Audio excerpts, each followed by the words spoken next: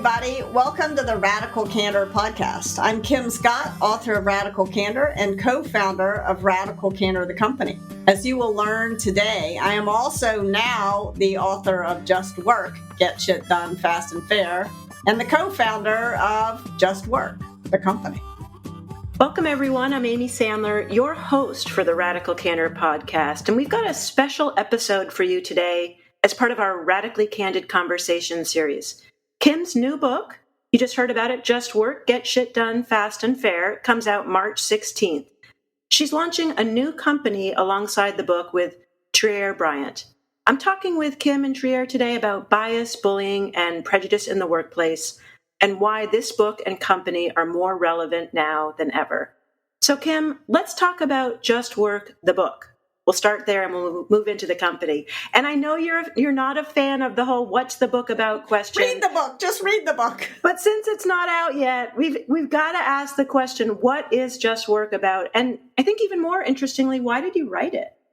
Well, I've probably been writing this book in my head my whole life, but it crystallized when I was giving a Radical Candor workshop in Silicon Valley at a company in San Francisco. And the CEO of that company was an old friend and one of too few Black woman CEOs in tech.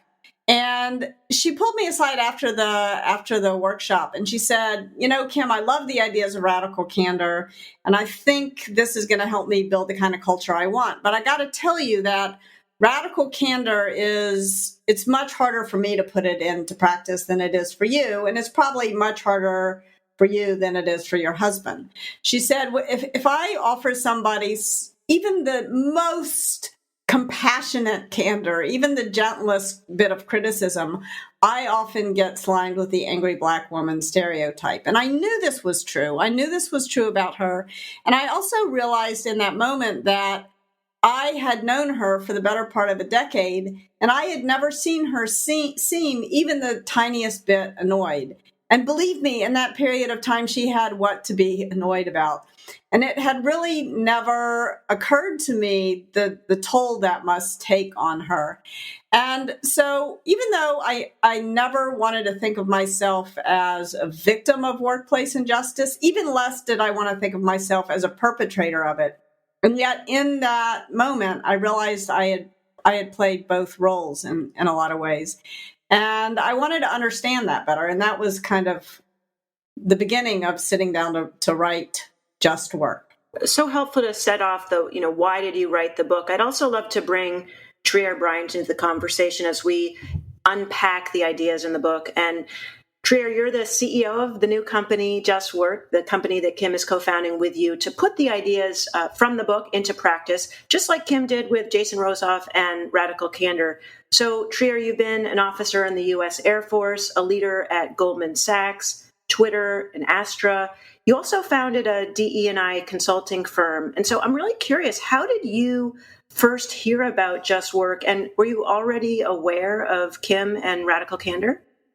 Yeah. Well, happy to be here, Amy. Thank you for having me on the podcast. Absolutely, I've heard of Kim and Radical Candor. You know, if you're a leader and you don't have Radical Candor in your leadership toolkit, then your toolkit is not up to par. And I really loved Radical Candor because Radical Candor gave me the language and a framework of how I think, caring personally and giving feedback and those principles are taught in the military. So it was like, oh, yes, people who are not in the military, read this. This is how we do it. Kim and I met through, networks, mutual friendships here in the area. And, when she gave me a copy of the book, the framework in this new book, in Kim's new book, was just very powerful for me as I reflected on my own experiences in the workplace and how she just framed and named workplace injustices.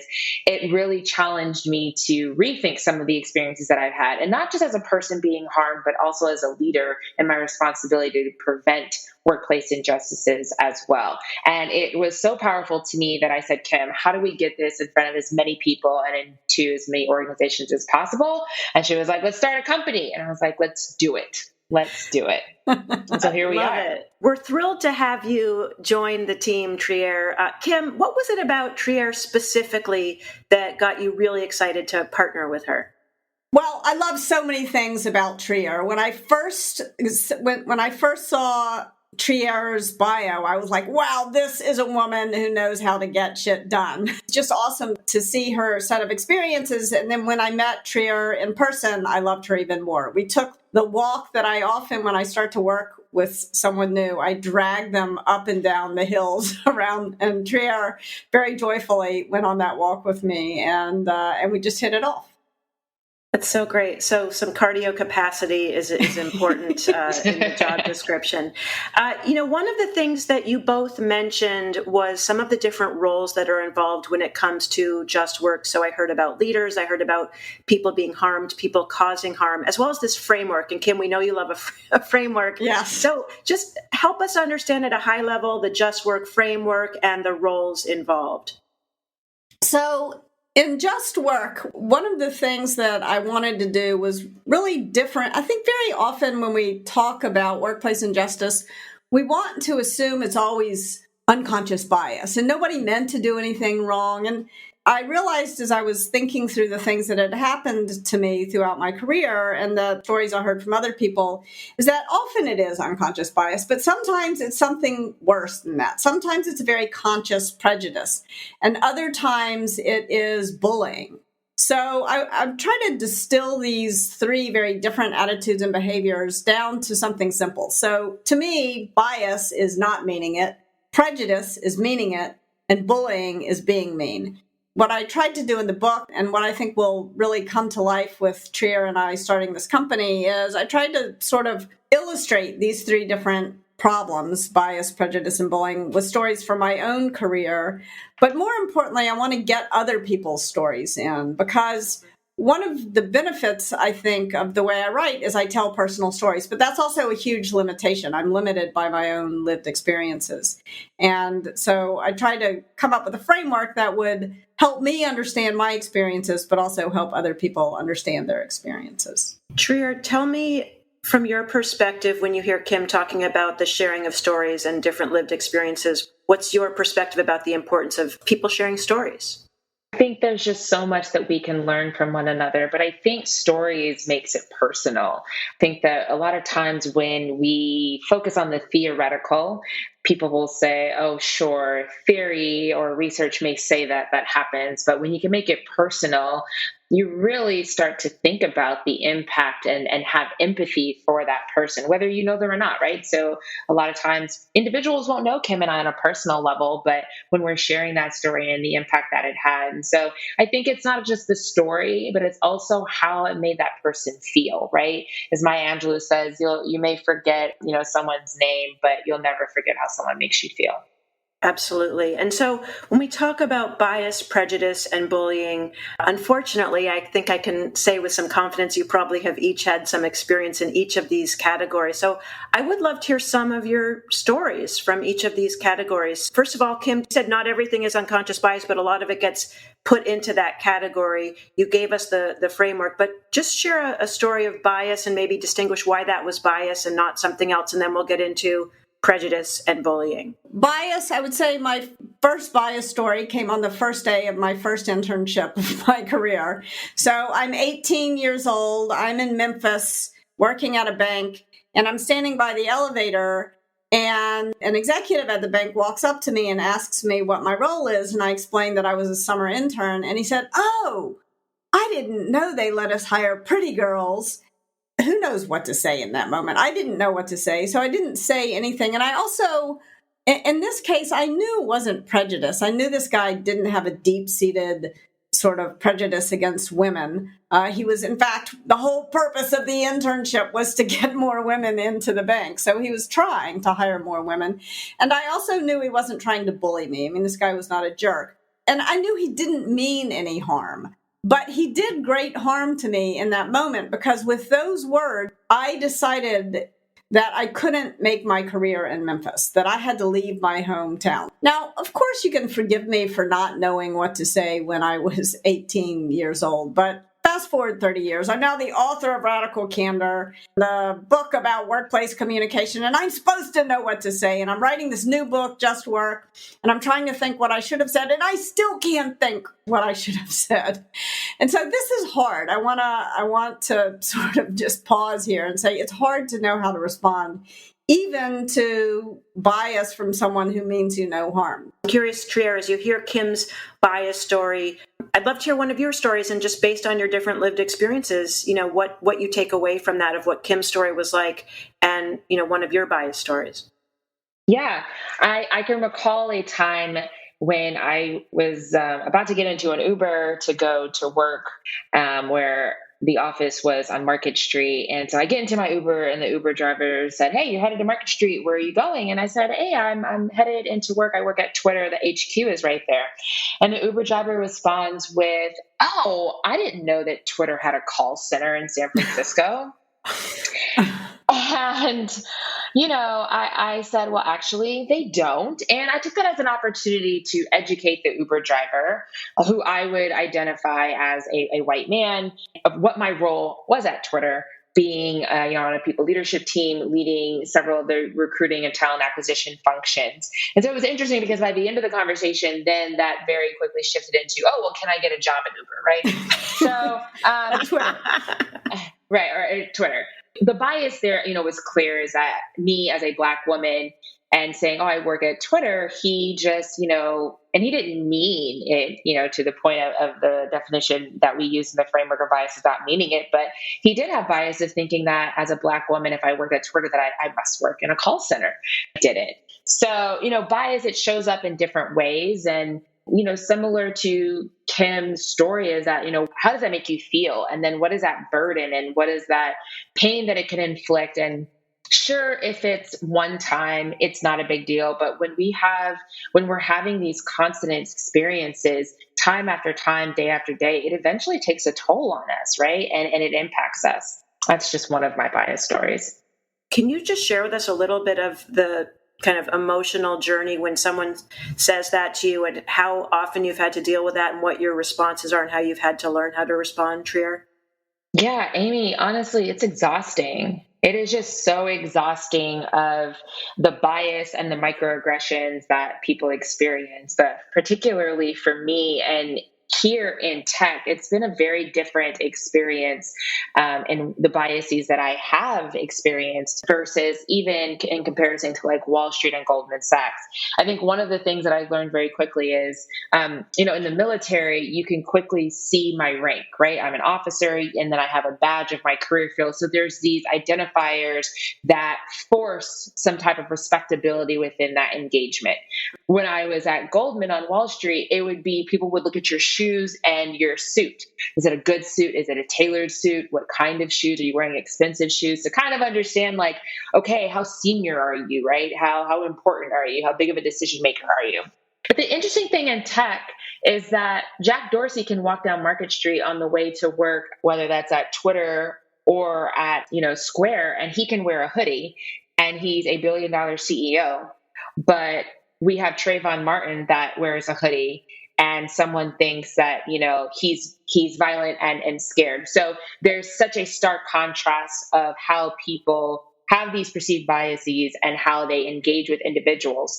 And so for me, I know that when I'm walking down the street on Market and I have a hoodie, people don't think that I work in tech, or that I could be a leader in the tech industry. I may be seen as a homeless person or someone else, where actually someone on my team who was wearing the things are in style now where you buy distressed clothes with holes in them.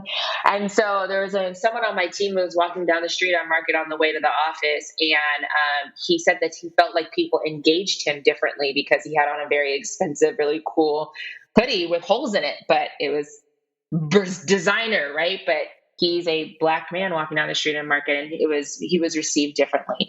And it's just exhausting. Kim and I have had conversations of how many times has she forgot her badge and needed to piggyback in the door and no one questions it, versus how many times I've tried to piggyback through the door, but I get questioned, "Do you work here?" What team are you on? Where's your desk located to verify that I'm actually a part of the organization? And so how does it feel? It's taxing, it's draining. And what I always tell leaders is that for every second that I go back to my desk and I'm reflecting and thinking on those experiences, that's every second that I'm not doing my work and actually contributing and doing the work and the impact that an organization is paying you to do. Yeah, and that goes to the whole point of just work, which is creating a more productive, a more efficient, a happier workplace. So, Trier, thank you so much for sharing those experiences. And, Kim, as you hear Trier share that, I'm curious, part of your framework is looking at what the various roles can do. So can you walk us through, when you hear some of what Trier is sharing, how would you as a leader, how would you as the person causing harm try to address some of what Trier is talking about? All of us play 4 different roles pretty much every day. And sometimes you are the leader. And when you are the leader, it's your job to try to create a kind of environment that will prevent those experiences from happening. Of course, this is the joy of being a leader. You're never really going to succeed in preventing bias, prejudice, and bullying from happening. But that's your job, is to respond to them in a way that prevents. So one of the things that Trier and I can talk about a little bit later is bias disruptors. What are the things that we can do? What are the norms we can create as leaders to make sure that when bias gets expressed in a meeting or in the hallway, that the upstanders, that other people who are around will throw a purple flag or say something, say, I don't think you meant that quite the way it sounded, so that the person who's harmed by the bias doesn't always have to be the one who is doing the work of pushing against it. So that brings me to the second role that we have is upstander. And this is a word that is prone to misinterpretation. So I want to pause on it for a second. When I say upstander, what I mean is don't be a silent bystander. You want to stand up to the person who said or did the biased or prejudiced or bullying thing. But it's not a matter of trying to come in with some sort of savior complex for the people who are harmed. So when I say upstander, it is your job to respond. It is you must respond. You can't just remain, well, you can, but if you won't be an upstander if you remain silent in the face of these problematic attitudes and behaviors in the workplace. And then other times you are the person who has been harmed by workplace injustice. The reason why we all want to solve these problems is that we are all harmed by it because our collective efforts are harmed by it. But sometimes it's really directed at you. And so when you're the person harmed, you get the right to choose whether or not to respond. But one of the things that Trier and I have talked a lot about is ending the default to silence. If you choose to be silent, that's your right. But I think very often, at least for me, throughout my career, I sort of defaulted to silence, and that robbed me of my agency. So one of the things Trier and I have talked a lot about is what are the things we can offer? What are the tools we can offer people harmed so that they can choose their response? And last but not least, we all play the role of the person who causes harm from time to time, even if we don't intend to. At the very least, we all express bias from time to time. And it is our obligation to listen to feedback when we hear that we have been biased and to address the problem. And this is hard because most people feel deeply ashamed when they become aware that they have harmed another person. And we've got to learn how to move through that shame to a productive response that makes amends. Yeah. One thing just to also highlight on what Kim said, because understanding the definition of upstander is really important, because a lot of times, even if the person who is being harmed does, have a response, an upstander can still be active, say something. And the reason why this is important is there was an instance where I had given someone feedback of something that someone said, and I was giving this feedback to someone who actually identifies as Asian. It was feedback specifically of something that they had said that was offensive to a Black person. And they were incredibly apologetic. But when I went away, they came back later and they said, hey, the other person that was in that meeting, who is actually someone identifies as white, also gave them feedback that it was inappropriate. And so that let that person know, hey, it wasn't just something where, oh, well, Trier was offended by that because she was Black, and I didn't know that because we identify differently. But to have someone else who identifies in a different way say, hey, yeah, that was bad, and I even know that that was inappropriate. It signaled again to the person causing harm, hey, I should have known that. Because a lot of times I think that people try to brush things off as, well, I can't know everything that's offensive to everyone. But there are some things where we just should take ownership of, hey, we should have the understanding and that we should be worldly enough to just know that that would be offensive to another person. Such an important point on the role of the upstander. And even if you think it might not impact something in that specific instance, for people to feel supported and to provide more data. Because if you don't, it's invisible. And how do we bubble that up? We reinforce the importance of upstanders, how we can all play a role, how important that is. And I think that's where, Trier, as you share that story of being in the Uber, I mean, I really felt just so much empathy, and having not had that sort of experience. And that gives me, I think hearing those stories makes me want to be an upstander even more. So I think the value in sharing the stories is, can we sort of get out of our comfort zone so that we can really take whatever perceived risk we might feel to be in support of the things that matter most. So I think, first of all, thank you for sharing the story. And I think that gives us some extra energy to really act in the face of bias. And so, Kim, you also mentioned about prejudice and bullying. Prejudice is meaning it, and bullying is being mean. Can you walk us through in more detail the distinction between prejudice, bullying from bias that we've already spoken about? Sure. So why don't I do that by telling you a prejudice story? I was in a meeting one time and chit-chatting with this guy before a meeting, and the guy says to me, my wife doesn't work because it's better for the children. And I tend to assume in these moments where people say something that's potentially offensive to me, I tend to assume it's bias. And in this case, I assumed it was bias, and to sort of give him a graceful way out, I made a little joke and I said, oh, yeah, well, I decided to show up at work today because I thought it would be a good idea to neglect my children.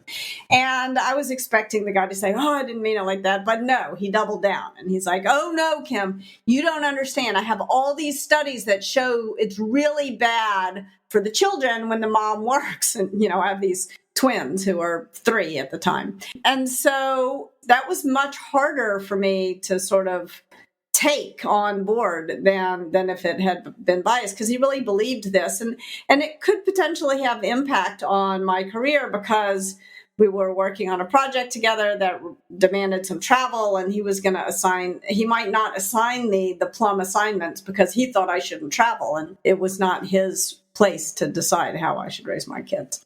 So that's my prejudice story. Trier, you have a really strong one as well.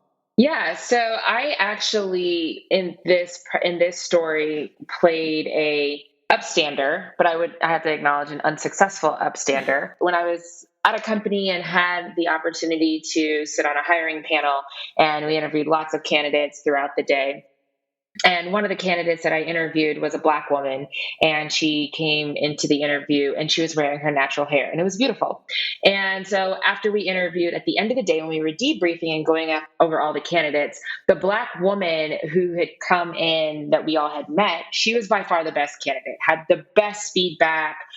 We just knew that she was absolutely stellar, would do a great job, and she had a really, really great background. And as we were debriefing on the feedback from all the interviewers, the hiring manager paused and said, but I don't know if we're going to be able to hire her because we won't be able to put her in front of the business. And I kind of looked around like who's going to put her in front of the business, meaning what? And I said, so what do we mean by that, to the hiring manager? This was a white woman. And she said, oh, well, Trier, we can't put her in front of the business with her hair. Her hair doesn't look like yours and mine. Now, Amy, at that time, I was wearing my weave, so my hair did not look like this white woman's hair, right?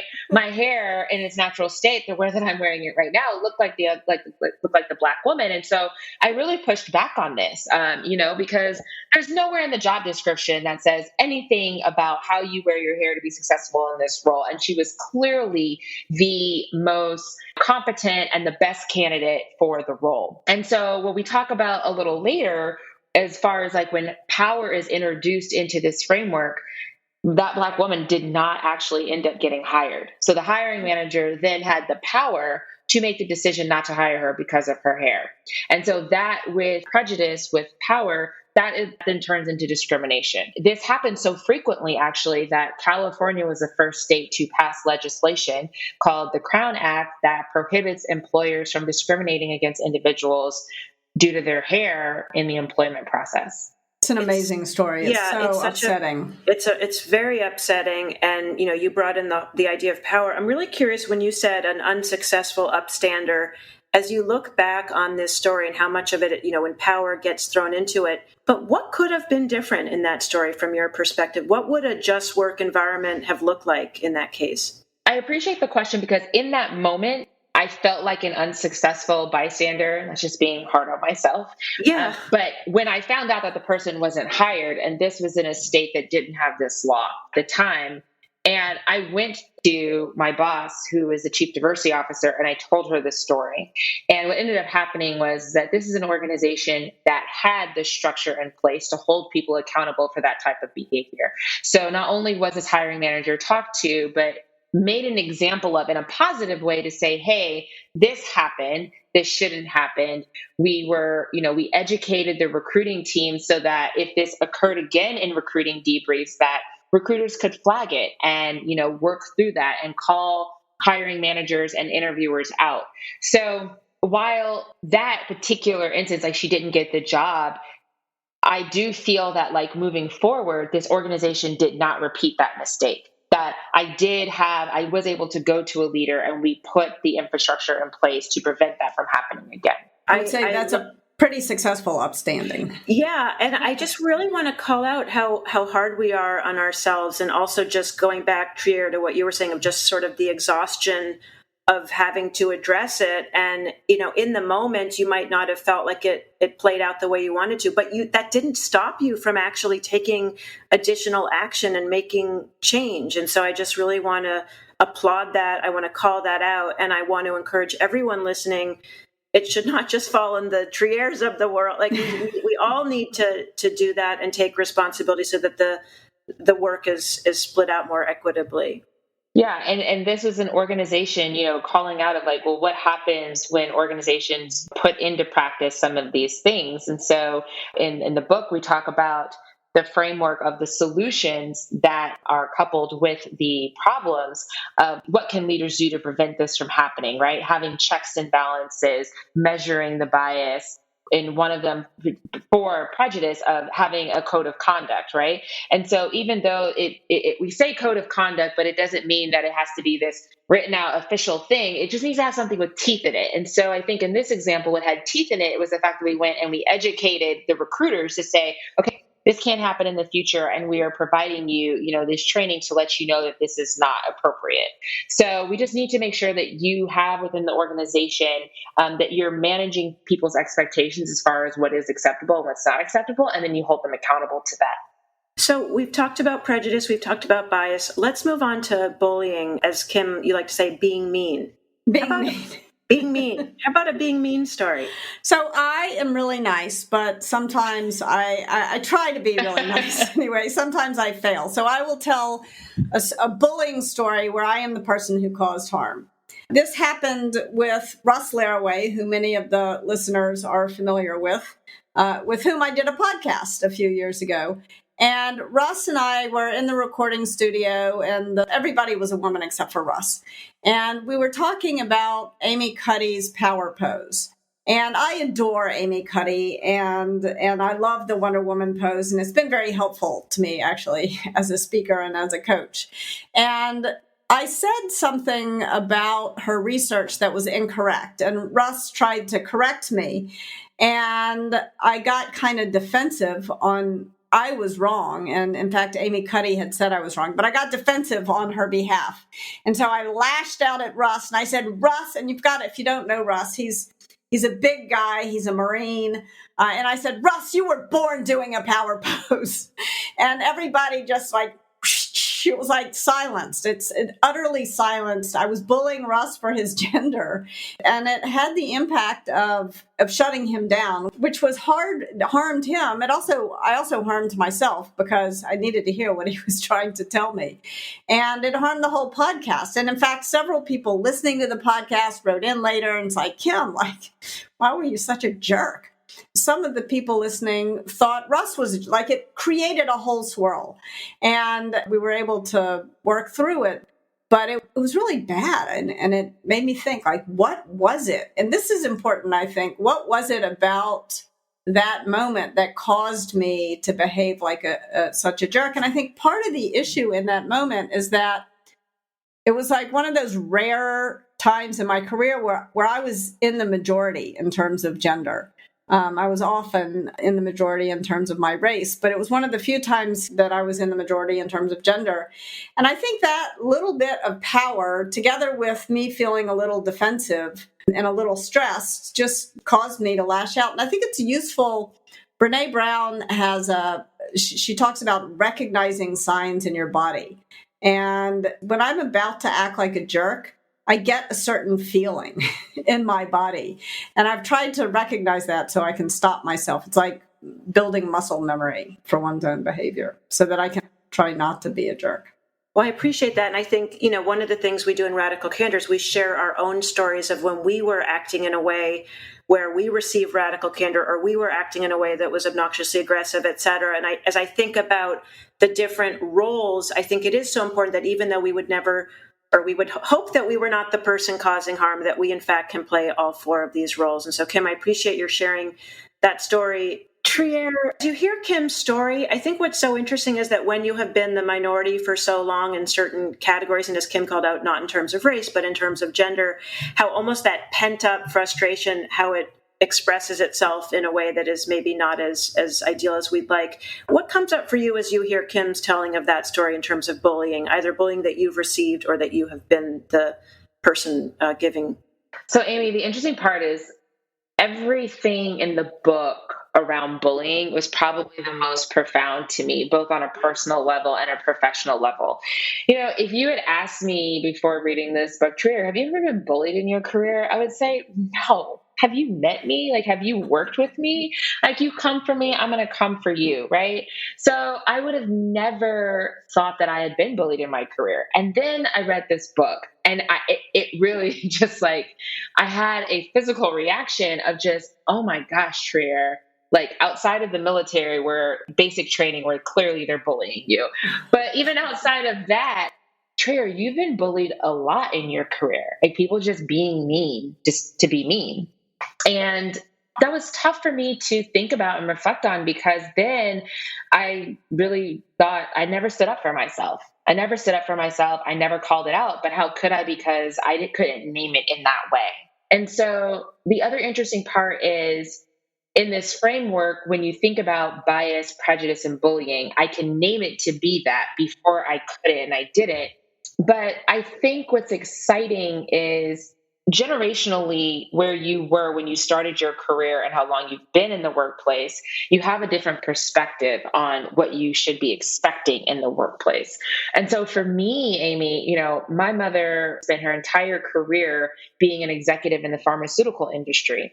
And as a Black woman executive and having to navigate predominantly white and male spaces, I saw her do that. And so she prepared me, and she had this, she definitely raised me with a sense that, Trier, you're not necessarily going to be able to change the workplace, but this is how you navigate it and this is how you deal with it. So it was more of like a dealing with it. And so I don't think that I could also name that as bullying, because it was almost like I was expecting it, not to say that I deserve it, but I was expecting it, and I had a mindset that I had to deal with it and I had to tolerate it. And I think that now in 2021, and definitely in the last couple of years of my career, I've changed the perspective that I don't have to deal with it. I shouldn't have to deal with it, and I can call it out. And I don't have to navigate it, but I can stop it and hold people accountable. And so I'm appreciative of this book, of giving me the language to name it so that we can together solve it. And not only just as an individual, but as a leader as well. And bullying, I think, is one of the hardest things for leaders to combat, because a lot of times I have found, especially if I had chief people officer hat on, a lot of times bullying works for bullies, and bullies have a confidence to behave in that manner because they know that they're protected probably a lot of times by their performance. So you have like the brilliant jerk in the organization where they know that they're performing and they know that they're making that impact, but then they also behave badly, but they're leaving a trail of people that they've harmed along the way. And I think that those are really difficult personalities and employees for leaders to combat. And that's, again, as a leader, that was one of the areas where I can acknowledge that I struggled to prevent that, of putting in the consequences that is talked about in the book of how you stop and prevent bullying.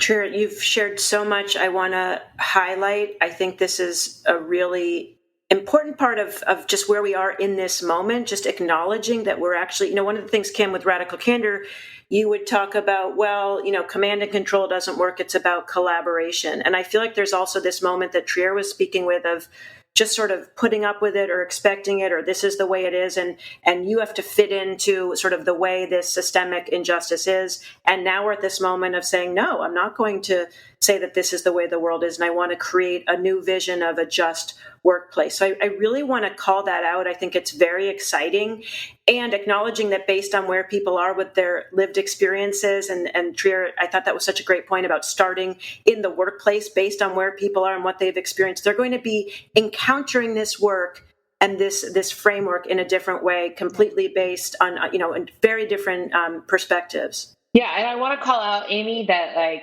I think Kim's superpower is, as we all know, the same thing with Radical Candor, is taking these theoretical things and putting them into very practical frameworks that we can add to our toolkits and leverage very easily on a day-to-day basis.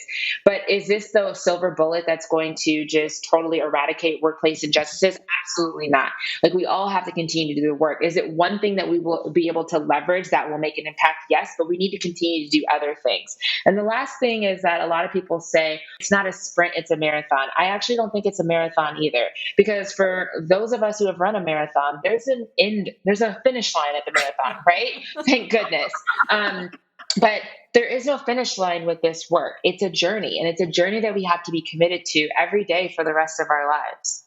Trier, you mentioned about, Kim's superpower and gift of identifying not only frameworks to help distill, really complex ideas into simple things we can understand. So, not meaning it, being mean, bias, prejudice, bullying. But also, Kim, you have some really helpful, quick tips on what people can say in that moment in terms of statements. Can you very quickly run us through what you mean by these different types of statements to respond to bias, prejudice, and bullying? Sure. I mean, one of the things that I struggled with my whole career is what to say when you don't know what to say. My tendency was just to say nothing when I didn't know what to say. And so one of the things that I have tried to do for folks who are being harmed by workplace injustice is to give them some quick tips on what to say. So if you think what you're dealing with is bias, start with an I statement. And an I statement invites someone in to see things from your perspective. So I don't think you meant that the way it sounded, or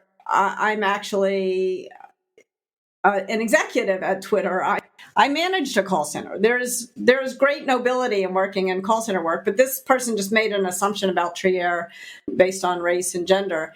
And so I think just correcting with an I statement is very useful in terms of bias. So if you can't think what to say and you think it's probably bias, just start with the word I and see what comes out of your mouth next. And it's okay if you say, there's no such thing as saying the wrong thing. As my great-grandmother needle pointed a pillow for each of her daughters that said, say something, you can always take it back. So you can adjust. So an I statement can work for bias. Now, what about prejudice? Inviting someone in who has a prejudice to understand things from your perspective is not going to be effective because they believe they are right. They don't really care how it makes you feel. And so what you want to do with an it statement is you want to make it very clear what the line is between their freedom to believe whatever they want, but their lack of freedom to do whatever they want.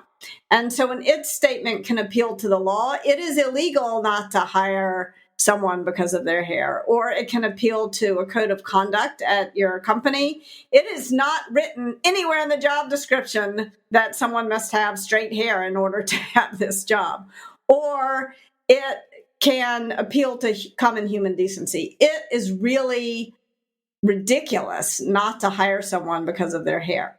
So that's what an it statement does, is it draws a clear boundary between someone's beliefs and their freedom to impose those beliefs on you or on others.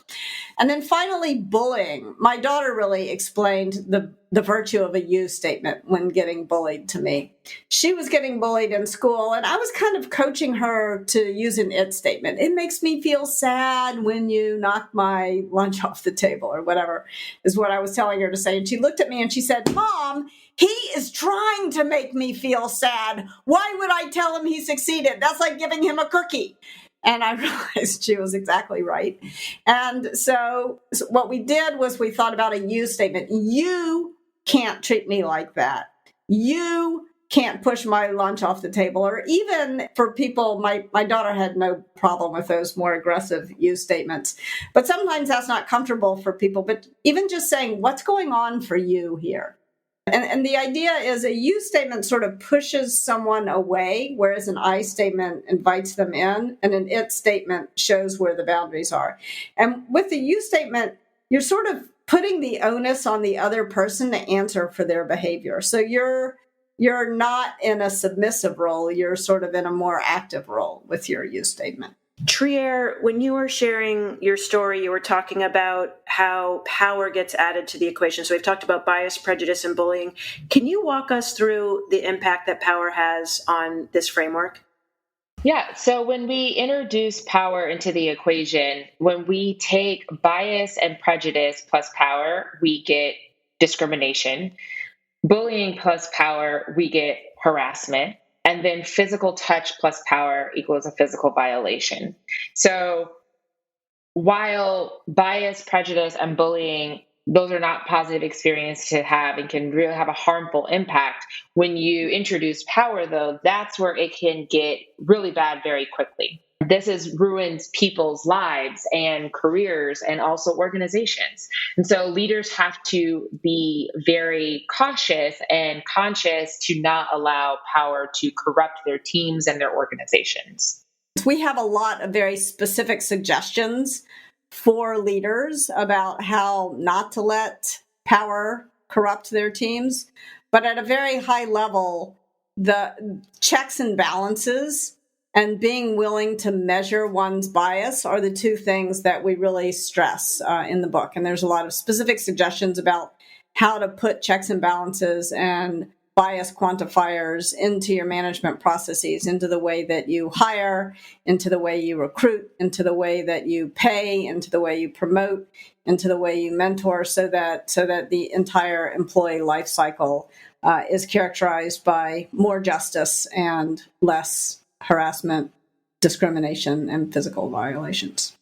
Trier, before we speak a little bit about the company, I just want to get an insight from you, given your background, especially coming from Goldman Sachs and your DEI experience. How do you speak with stakeholders about the ROI of this? Obviously, we want to do this, because we think it's the right thing to do. But how do you make the case it's not just the right thing to do, it's good for business?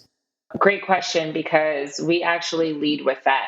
So yes, it's the right thing to do, but we know that the right thing to do goes out the window when you have a bearish quarter or a bearish year.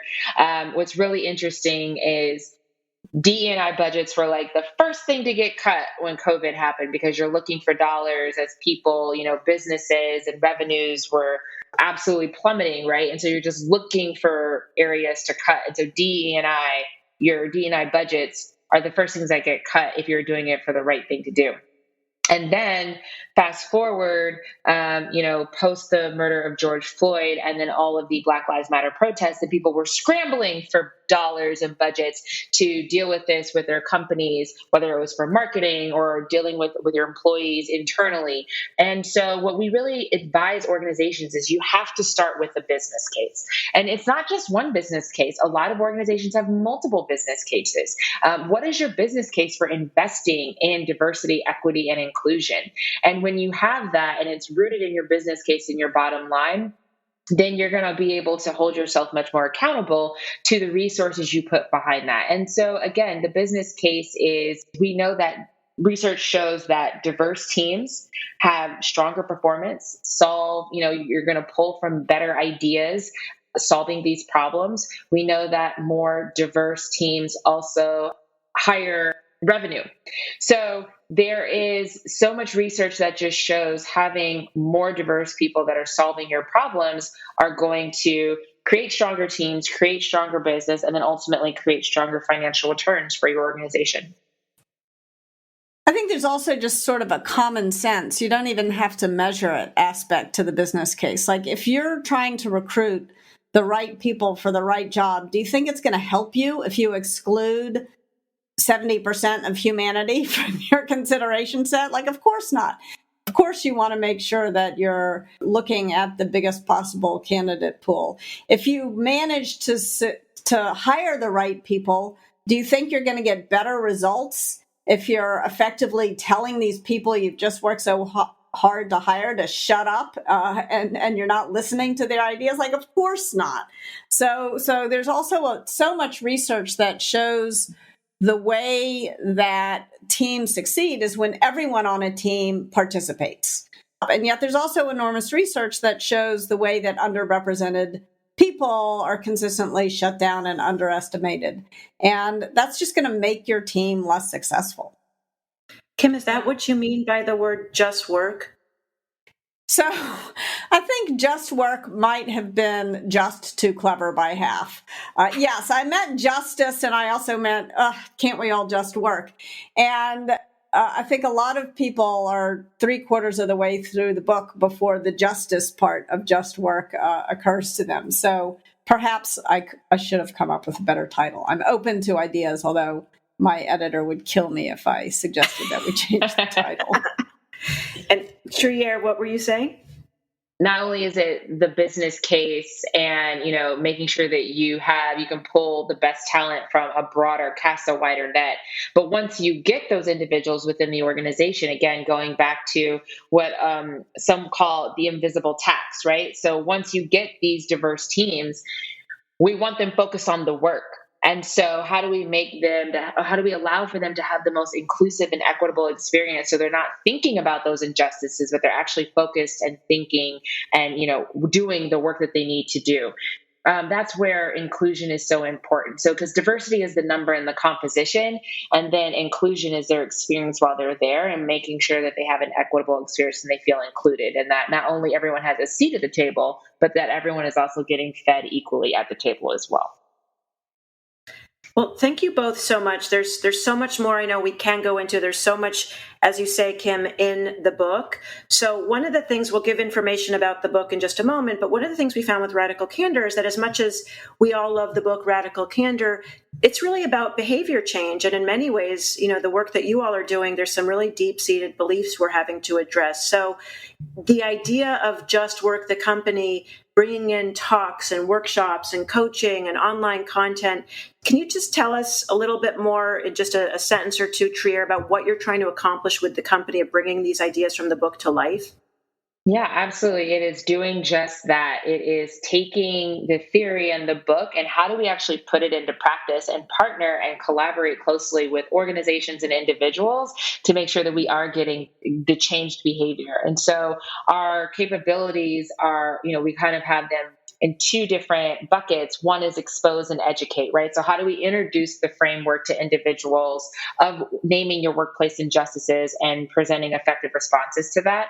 But then The second part is evolving and transforming our organizations, right? So those are engagements with organizations and leaders where we go much deeper into the framework and identify specific applications and practical solutions to, what works for that company, meeting the company where they're at and how they can really measure success with implementing these things in their organizations. So I think much like Radical Candor, some of the things that Trier and I have been invited to offer are keynote addresses to big teams. Sometimes we're asked to come in and do a talk with a smaller team, and other times we do half-day workshops with teams to help them engage with these ideas. And then we're also taking a look at doing some more in-depth, extended coaching with teams. Fantastic. Well, this is what the world needs, and I know that if there were two people I could pick to help address this, they're the ones that you're hearing from on this podcast. So I know you all are really excited to learn how you can engage with the Just Work content and team. I'll highlight a few opportunities for you. There is a course, Just Work Gets You Done Fast and Fair, that's being held in partnership with Chairman Mom. It starts March 16th, happens to be the same day the book is coming out. And you can sign up by going to the justworktogether.com website. Again, this website, justworktogether.com, this has all the information you'll need to get engaged with the Just Work team. You can learn about the talks and workshops that Kim was just speaking about. You can also share your story and you can get on the email list. You also might want to buy the book. You can go to the justworktogether.com website or your book buying website of choice. Again, it's justworktogether.com. We'll put that for you in the show notes. Kim, any final thoughts on this as you launch this really exciting next chapter? Technically, it's a next book in your chapter of your life, to mix metaphors. I'm going to have one final thought. Please, please, please, please buy the book. Buy like 5 or 10 copies of the book if you can swing it. Launching a new book is like giving birth to a child and sending that child off to their first day at work all on the same day. So this book is going out there into the world. Please help it be successful. You heard it straight from Kim Scott's mouth. She would love for you to buy the book. This book is for everyone. Just Work is for everyone. As we identified, we all have a role to play, and you will learn all about it with the book, with the company. Trier, Kim, thank you so much. I'm so excited to see where this journey takes you all and all of us. Thank you. Thank you, Amy and Radical Candor team, and Trier. Such a pleasure to be on this journey with you. Thank you all. Thanks for having us. Thanks for joining us. Our podcast features Radical Candor co-founders Kim Scott and Jason Rosoff, is produced by our Director of Content, Brandy Neal, and hosted by me, Amy Sandler. Music is by Cliff Goldmacher. Go ahead and follow us on Twitter at Candor and find us online at radicalcandor.com.